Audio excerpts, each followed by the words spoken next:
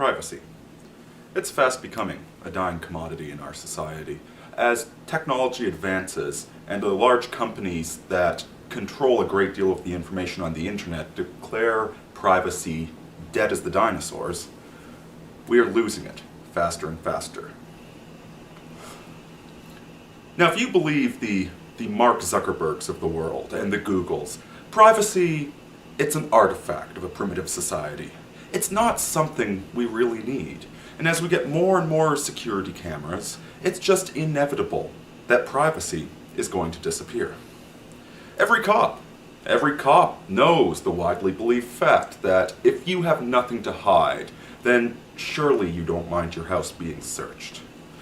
And given how inevitable this all is, the advancement in communication technologies, the advancement and miniaturization of video technology, the ease of sharing information, the omnipresence of security cameras, the society we're heading to is one with no privacy. So it's sometimes very hard to argue against these advocates that want to eliminate it with their search history, with their Facebook, with their profiles on everybody. Little brother is starting to make big brother look like an amateur. Now, obviously there is some debate about this, and we are going to see some sort of privacy laws being put forth in the near future. For instance, we're now developing technology that can see through walls, so there will likely be a ban on that, or a ban on filming inside somebody's house when they don't know you're there. And yet, despite these type of laws, this is still going to be destroying privacy on a fundamental level. It's all about the nature of the debate. Because even if you have that law protecting a stranger from filming inside your house, when people are wearing Google Glasses, when they can have miniaturized voice recorders on their smartphones, when they can archive conversations you have online, you can never assume that somebody's being genuine. And that is the true danger of all of this. What the Mark Zuckerbergs and the Googles and the other autists of the world fail to recognize is something that's blindingly obvious to any novelist. Quite frankly, a well-written character is going to behave differently with each different person that character interacts with. Think about your personal lives. You don't talk to your mother the same way you talk to your girlfriend or that you talk to your brother. You're a slightly different person in each one of those situations. This is what privacy is threatening. Personal intimacy is being destroyed by the present regime. To have an intimate moment with somebody, be it your friend or be it a loved one, you need a guarantee of privacy. You don't have an intimate moment at a giant party where everybody's talking and eavesdropping on your conversation. To truly bond, to truly connect with somebody else, we need the freedom to speak while knowing that there are no recording devices in place, that nobody is secretly listening into this call, that there's no creeps and voyeurs. They're going to take some personal tidbit and use it to attack us in the future. In Mark Zuckerberg's world, we would not have this freedom. And that is what it's being stolen from humanity. That is the real argument. It's not about having nothing to hide.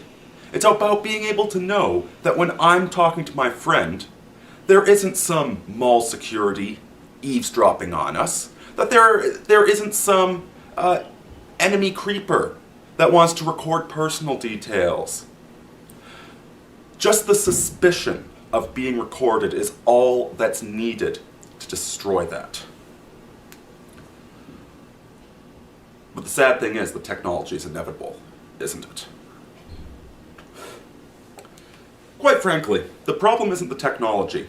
The technology is making the problem public. It's bringing it to the fore right now. But the real problem is the gossips. It's the rabbit people. We, my viewers, are the wolf people, as described by Anonymous Conservative. And we're not the ones that would go out spreading rumors, spreading hate about somebody.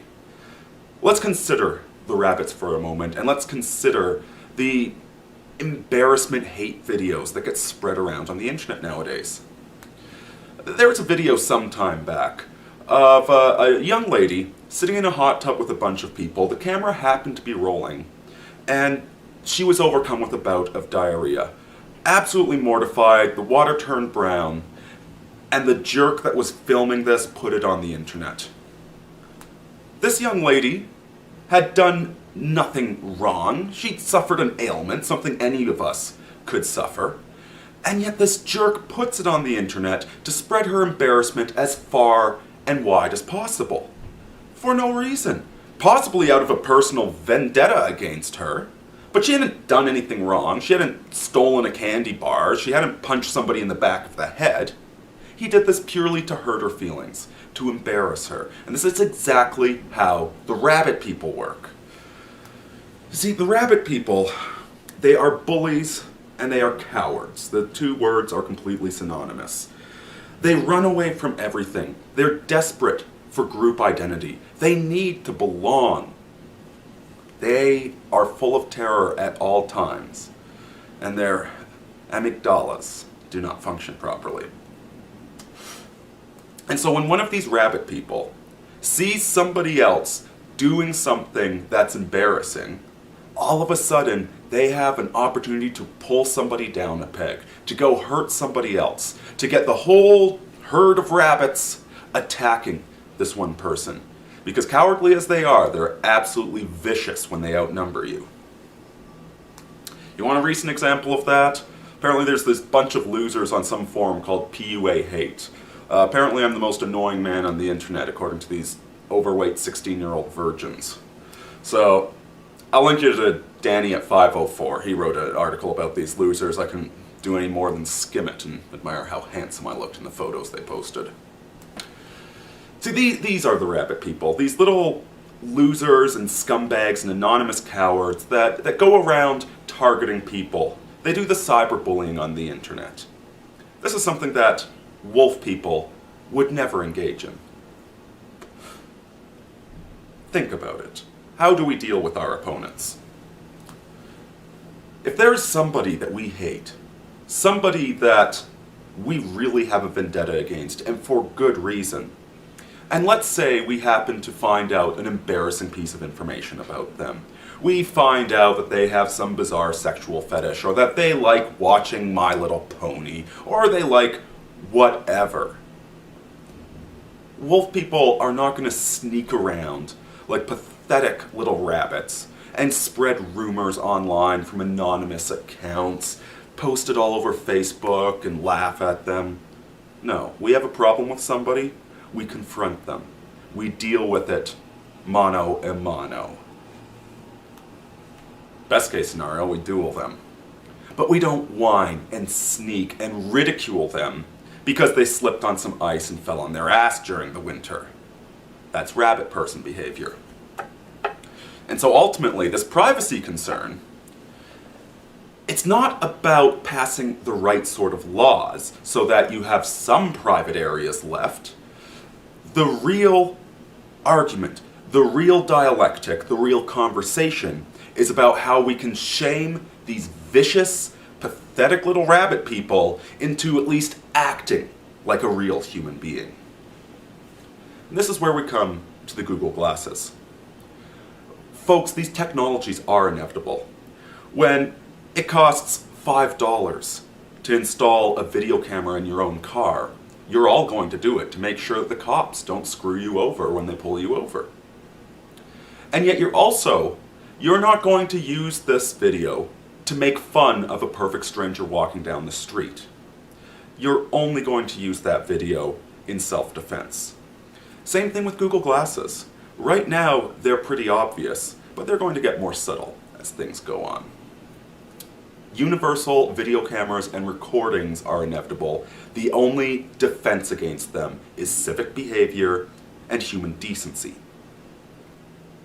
The rabbit people, again, they're followers. They're part of the crowd. The last thing they want to be doing, want done to them is to be called out as an individual. Us wolves, we're used to being individuals. We're used to not fitting in, and we're cautious before we take action. The rabbit people knee-jerk and run. So these Google glasses that are coming around, with all the creepy aspects that are connected to them, I'm going to link to a Mark Dice video that covers that in more detail. But the way that we deal with them is right now. When we see these people wearing the Google glasses, these eavesdropping glasses, these spy glasses, we ridicule them. We act with hostility. We aren't afraid of standing out from the crowd. And personally, if I see anybody walking down the street, I'm going to very brusquely confront them and ask if they're recording me, and ask if they're a creeper, and undermine that confidence and make them feel weird. Accuse them of cyberbullying.